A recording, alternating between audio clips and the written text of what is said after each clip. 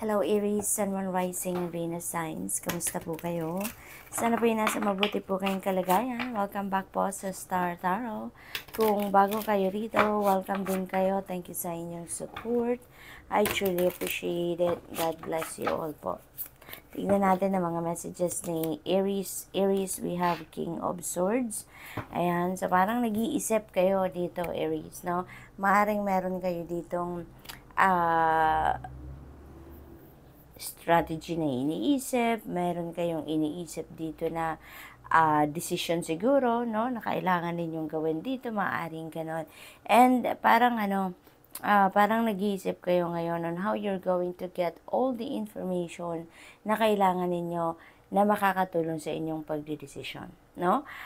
Maaaring siguro kinoconsider ninyo dito ang magtanong sa ibang tao, humingi ng opinion, humingi ng input ng iba, no? Yan ang napipick up ko dito.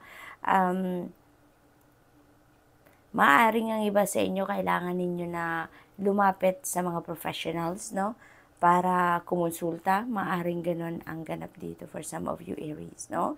Kung ano yung sa tingin ninyo na makakatulong sa inyo, makuha ninyo kung ano yung kailangan ninyong tulong para maging mas effective ang kung ano man ang balak ninyong gawin, then do so, no? Do so, Aries. Huwag kayong mag-hesitate na gawin yan, okay?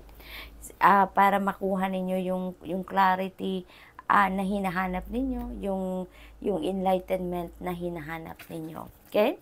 So, we have Three of Pentacles. Definitely, there are people that are going to help you here. No? Meron talaga mga tao na tutulong sa'yo. Yun lang ang kailangan mo. Kailangan mo siguro na mag-reach out to those people. So, maaaring ito na yun, yung mga professionals na kailangan ninyong lapitan siguro. Or yung iniisip ninyo na mga taong makakatulong sa inyo. No? There are going to be helpful and supportive people around you dito, no? Kaya yun ang pagdadaanan or yun ang pagmumulan, no, dito ng impormasyon siguro na makakatulong sa inyong makapagdesisyon or that will allow you to push through kung ano man yung kailangan ninyo ditong gawin talaga, no, na pinag-iisipan ninyo, no? This is also maaaring related dito sa work, no? That could be work related or maaring family situation din ito, no? Na maaring merong tutulong sa inyo dyan na talaga namang makakapag-ambag sa inyo ng importanteng mga impormasyon, no? This could be the beginning of your success as well, Aries, no? Lalo-lalo na pagdating sa trabaho or negosyo. Kasi maaari din dito na ang iba sa inyo, negosyong pinag-iisipan ninyo and maaaring kumuha kayo dito ng mga makakatulong, makaka-collaborate, makaka-partner sa trabaho or sa negosyo. So, maaaring may mga business partnerships dito na magaganap sa iba sa inyo, Aries. And pagdating naman sa trabaho, maaaring kayo ay magkakaroon ng mga makaka-partner din sa proyekto, no, sa planning kung yun ang inyong ginagawa. But definitely you are going to succeed, no, dito sa mga partnerships na mangyayari, no, or napapasukin ninyo. We have 10 of Cups, beautiful energy. So talagang maaari din na this is about family, no, situation dito na kailangan ninyong pagtulungan. Kasi 10 of Cups is about family happiness. This is domestic bliss. This is domestic affairs, no, na magiging matagumpay talaga siguro kayo dito. Ang napipick up ko dito, siguro ang iba sa inyo may pinapatayong bahay for your family at marami ditong taong tumutulong sa iyo para ma-accomplish ninyo yon, no? That is not for everyone, no? This message, specific message is very specific din sa few people lang, no, na may ganong sitwasyon. But definitely around this time magiging masaya ang inyong pamilya. Merong siguro kayo ditong harmony, no, love for each other. Kung meron din kayo ditong hindi pagkakaintindihan with another person, within the family, maaaring ito na yung pagkakataon din ninyo na magkakabati na kayo, na magkakaroon na dito ng mas magandang pag-uusap between you and that person. At ito na yung simula, no, ng pag-aano ninyo muli, pagsisimulang muli ng inyong relationship na mas maganda na, kasi meron na dito mga pagbabatid, no. Hindi lang kayo, hindi lang ikaw, no, hindi lang yung inyong person mo ang magiging masaya dito, but everyone in the family, no. Meron dito kasing 10 of Cups ito, so dumaan na to sa 9 of Cups, which is wish fulfillment. Kaya maaari kung ano yung gusto ninyo, ano yung pinangarap ninyo para sa pamilya ninyo, maaaring matutupad nyo na dito or natupad nyo na, no? Nakuha nyo na, kaya masaya na ang lahat. Meron ditong contentment, meron ditong satisfaction, meron ditong harmony between each other, kaya this is really a beautiful relationship na mabubuo ninyo. So, we have Page of Swords. Ayan, marami talagang impormasyon dito na parating sa inyong Aries. And maaari talaga na yung mga detalye na yan, information that is going to help you, no, na malinawan ang inyong isipan, magkaroon kayo ng clear direction na ngayon for where you are heading, or kung ano na ang gagawin ninyo sa ngayon. Kasi dito sa King of Swords, parang yun ang iniisip ninyo. Nagdidiskarte kayo dito, iniisip ninyo kung ano yung mas ipaprioritize siguro ninyo, how are you going to start your plan, kung paano ninyo i-roll out. So with the help of these people, no, na very supportive and helpful of you, magkakaroon na kayo ng kalinawan dito. Makikita nyo na dito kung ano yung clear direction ninyo na kailangan ninyong patunguhan, ano. Maaari din ang iba sa inyo dito is focused on education, no. Para sa iba sa inyo, maaaring nag-aaral ang iba sa inyo, or magbabalik school, or mag-online courses, maaaring gano'n. But definitely, ang iba sa inyo dito will be focusing on education, focusing on learnings, curious kayo about something dito. Kaya, maaaring nagre-research ang iba sa inyo, or gusto ninyong pag-aralan ang mga bagay-bagay, no? So, tignan natin kung ano ang final message ni Aries. We have good fortune, napakaganda, 1331, ito ang angel number ninyo, no? So, definitely, ang iba sa inyo talaga is getting the advice, input, mga ganon, no? Ano pa ba, mga informasyon na kailangan ninyo, no? Kung anong hinahanap ninyo, mangyayari yan, dadating yan, no? There's going to be some changes dito sa buhay ninyo, in some areas of life, no? May mga major changes na maaaring mag-unfold sa ngayon. Maaari yan dahil doon sa desisyon na gagawin ninyo sa ngayon, no? Maaring ganon. 10 of Cups, happy family, 'di ba? Meron din diyan material success, financial success, and with this good fortune energy, meron din kayong mararamdaman dito, mararanasan na comfort na. That could be financial comfort din, or kasi meron din ditong emotional security, no?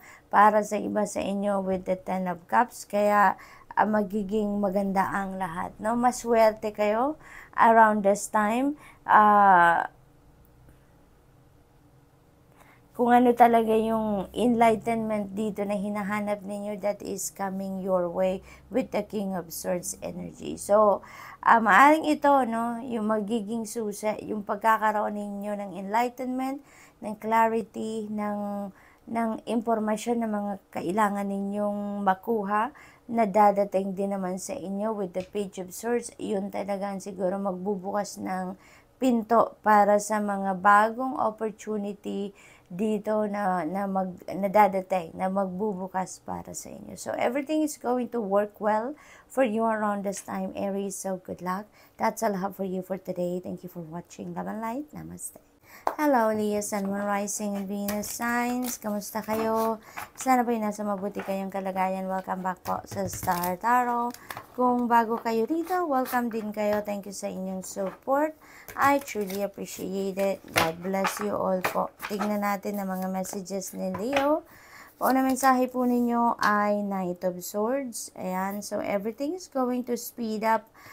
Ngayon, Leo, maaring meron kayo ditong hinahabol, no? Maaring hinahabol na deadline, hinahabol na opportunity, parang you are going to seize the moment dito, parang ganon. Parang merong opportunity dito siguro na kumakatok sa inyo and you're not going to allow that opportunity to slip away from you, no? Leo. So parang magmamadali kayo ditong mag-take action, no? About something na lalo na kung yan yung mga oportunidad na parang once in a lifetime, kumbaga, no? Kaya maaaring you're going to seize that moment na maabutan ninyo, makuha ninyo, gagawin ninyo dito ang lahat, no? Para accomplish ninyo ito kung ano man ang gusto ninyo ma-accomplish din dito. So, mabilisan ang lahat, mabilisan ang diskarte ninyo, mabilisan ang galaw ng iba sa inyo dito, Leo. So, that's really good. For others of you, maaaring may mga ginagawa kayong na-delay before, may mga blockages dyan, now that will be lifted. No? Parang mawawala na yung sagabal. We have Six of Swords, moving on energy, Leo. Ang iba sa inyo dito is moving from troubled waters to calmer waters.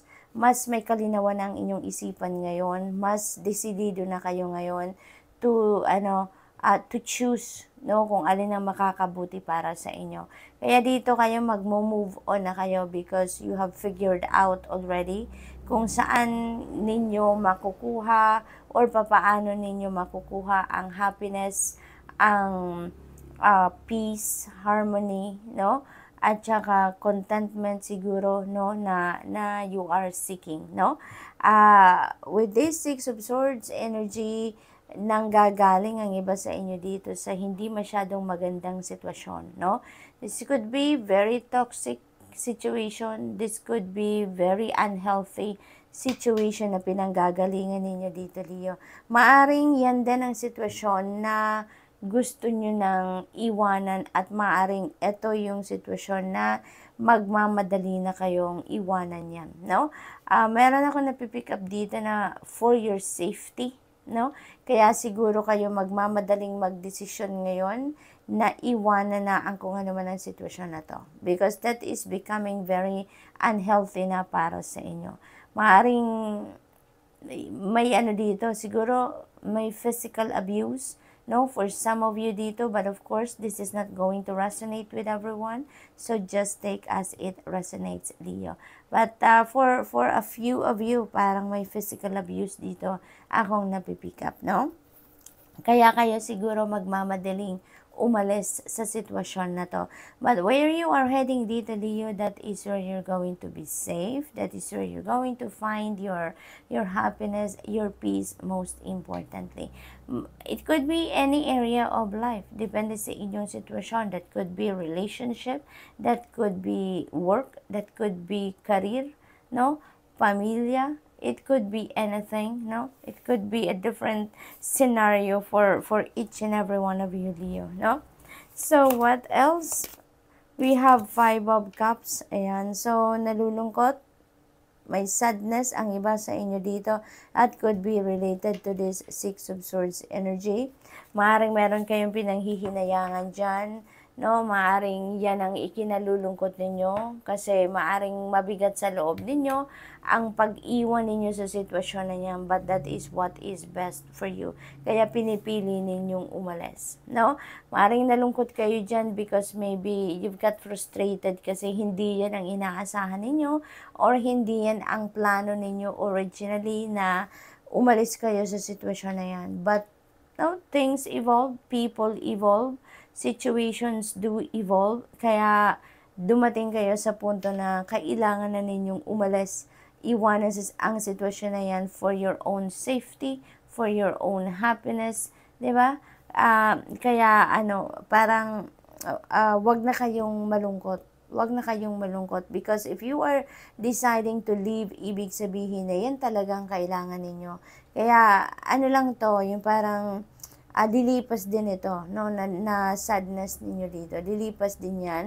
At kapag nakarating na kayo doon sa sitwasyon or sa lugar na kailangan ninyong marating or puntahan, wherein doon kayo magiging safe na, doon kayo makakapagsimula ng bagong buhay, na may peace, may safety kayo, no? So, ano na, makakapag-adjust din kayo dyan, okay? So, mag-ingat na lang po kayo, okay? Relocation din, ano, possible dito. So, maaaring ang iba sa inyo dito, you're really going to remove yourself, no? You physically, no, doon sa sitwasyon. At maaaring kayo ay maglilipat ng ibang lugar na titirhan, ibang lugar na pagtatrabahuan, ibang bahay, yung ganon. So, good luck po. We also have Page of Swords energy, ano talaga, may mga impormasyon dito na parating sa inyo at yun siguro ang magpupush sa inyo para iwanan na ang sitwasyon na ito. No? Maaring may mga hinihintay kayong impormasyon dito, maaring nagtatanong-tanong pa kayo, kasi parang ang sitwasyon dito, siguro nagre-research din kayo, no? Hindi ito basta-bastang iniwan ninyo na sitwasyon or iiwanan na sitwasyon na to. Parang nag-research kayo, nagtanong-tanong kayo, nang sa gayon wala kayong pagsisihan, ano? Kaya ngayon siguro, kaya kayo magdedesisyon na aalis na kayo, it's because of this information na matanggap ninyo, no? Maaring ito na yung hindi na kayo magdadalawang isip pagkatanggap ninyo ng informasyon na to, wala nang ano dyan, pagdadalawang isip and you're going to, you're going to leave that situation. So, maaaring ganun ang sitwasyon dito. For others of you, Leo, maaaring you are doing your own research talaga, no? Maaari din naman na may mga hinihingian kayo ng tulong dito para tulungan kayo mag-research para sa iyo, magtanong-tanong para sa iyo, mag-gather ng mga facts or information para sa iyo, no? For others of you naman, this could be learning, this could be education. Maaaring nga iba sa inyo dito magbabalik school para mag-aral. Maaaring nga iba sa inyo dito mag-online courses, maaaring gano'n, no? You're curious about something dito na maaaring yan din ang makakatulong sa inyo dito sa opportunity na to na yours, you are, alam mo yun, yung hinahabol ninyo. Sorry, thank you Spirit. So, maaring ito din yung impormasyon na dadating sa inyo at yon ang magbibigay siguro ng tip sa inyo para habulin ninyo kung ano man ang opportunity na to. So, that is also possible. So, tingnan natin kung ano ang final message ni Leo for today.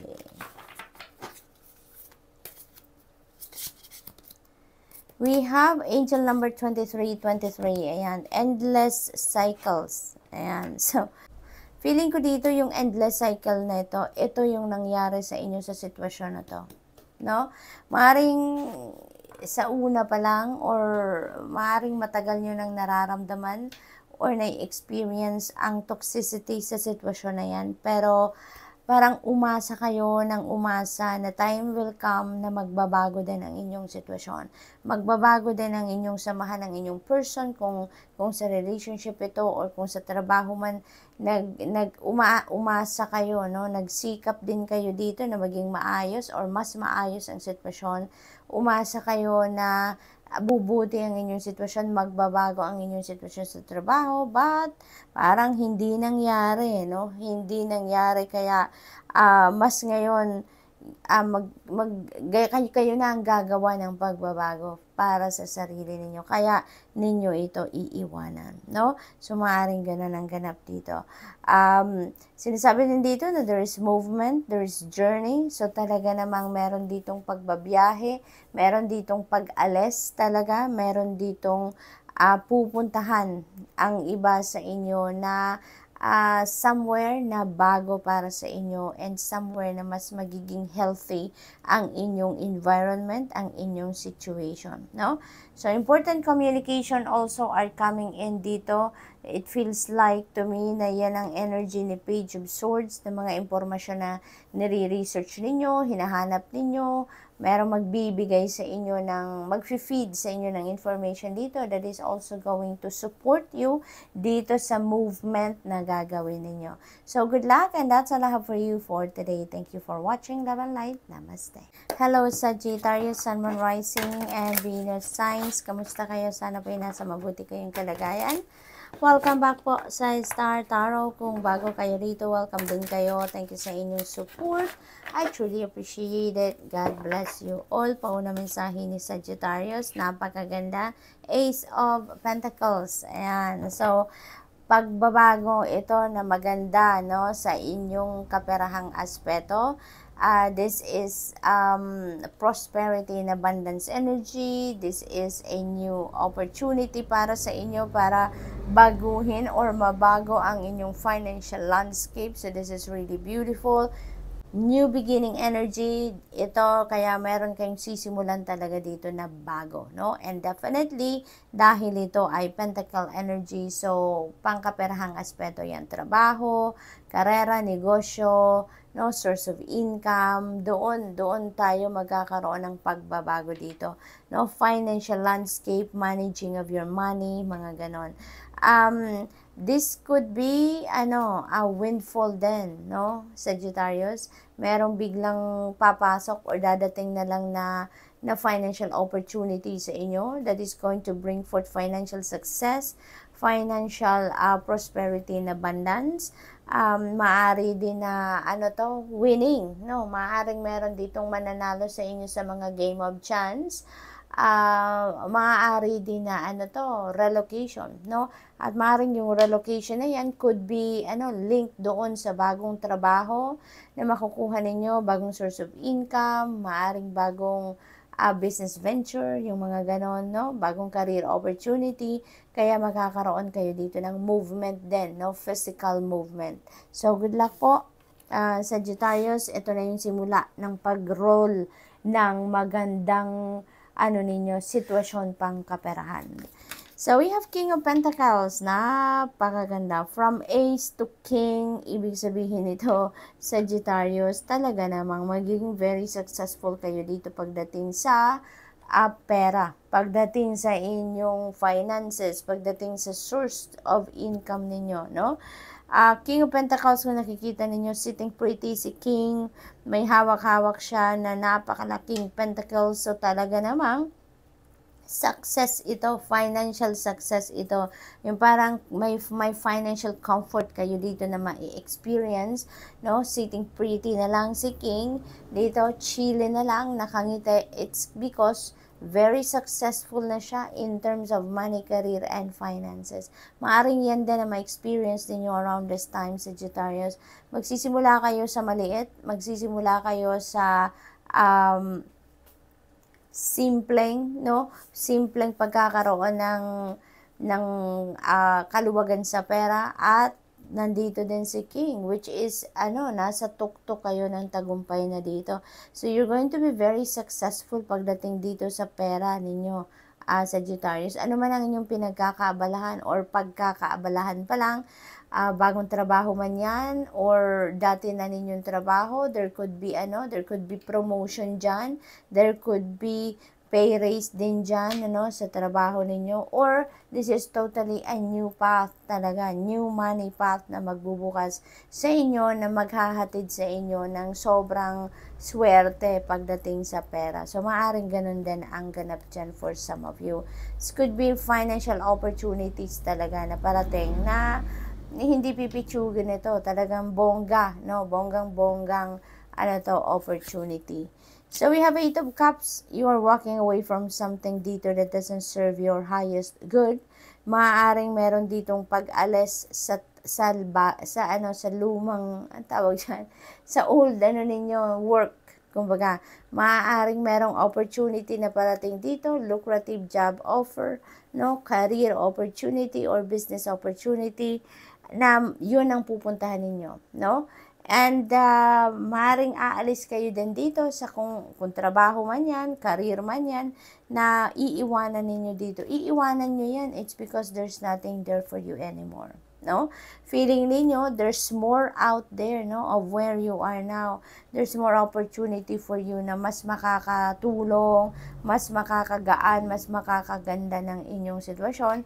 That's why you are leaving that situation, no? So, maaaring ganun. And where you are heading here is towards happiness, towards contentment, towards something na doon ninyo makukuha yung fulfillment, no, sa mga gagawin ninyo. So, maaring related ito dito sa King of Pentacles energy and Ace of Pentacles. Where you're heading is where prosperity, abundance, and contentment is going to find you then, Maaring ganun dito ang ganap. This is new beginning energy then, Because you are heading towards a totally new path para sa inyo or new opportunity para sa inyo. New situation, new experience, So, what else? We have 9 of Cups energy. This is where you are heading talaga. Wish fulfillment. Na-mention ko kanina ang fulfillment. So, that is where you are heading talaga, Kasi ang sunod sa 8 of Cups is 9 of Cups, which is wish fulfillment. Meron kayo ditong matutupad na pangarap, meron kayo ditong matutupad na wish, Sagittarius, and that is going to bring you so much joy sa puso ninyo. Kasi yung parang ito na yon, ito yung gusto kong mangyari sa buhay ko. Ito yon yung pinapangarap ko, yung ganon. And maaari din na talagang maghahatid dito sa inyo ng financial comfort din kung saan kayo papunta.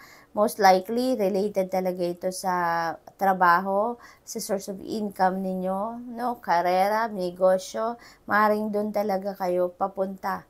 Maaaring yun talaga ang wish ninyo na magkaroon kayo ng isang lucrative offer, lucrative opportunity, and maaaring ito na ngayon. Maaaring ito yung inyong makukuha talaga sa ngayon.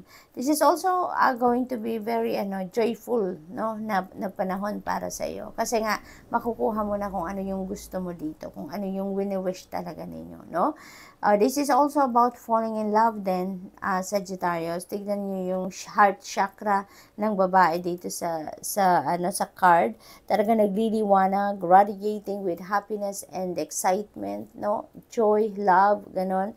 Kaya maging masayang-masaya din ang iba sa inyo dito. Because maybe ito din yung wish ninyo na magkaroon na kayo ng love life, magkaroon na kayo ng masayang relationship, Maaaring ganon din ang ganap. And you're getting it, You're getting it. So, tingnan natin kung ano ang final message ni Sag.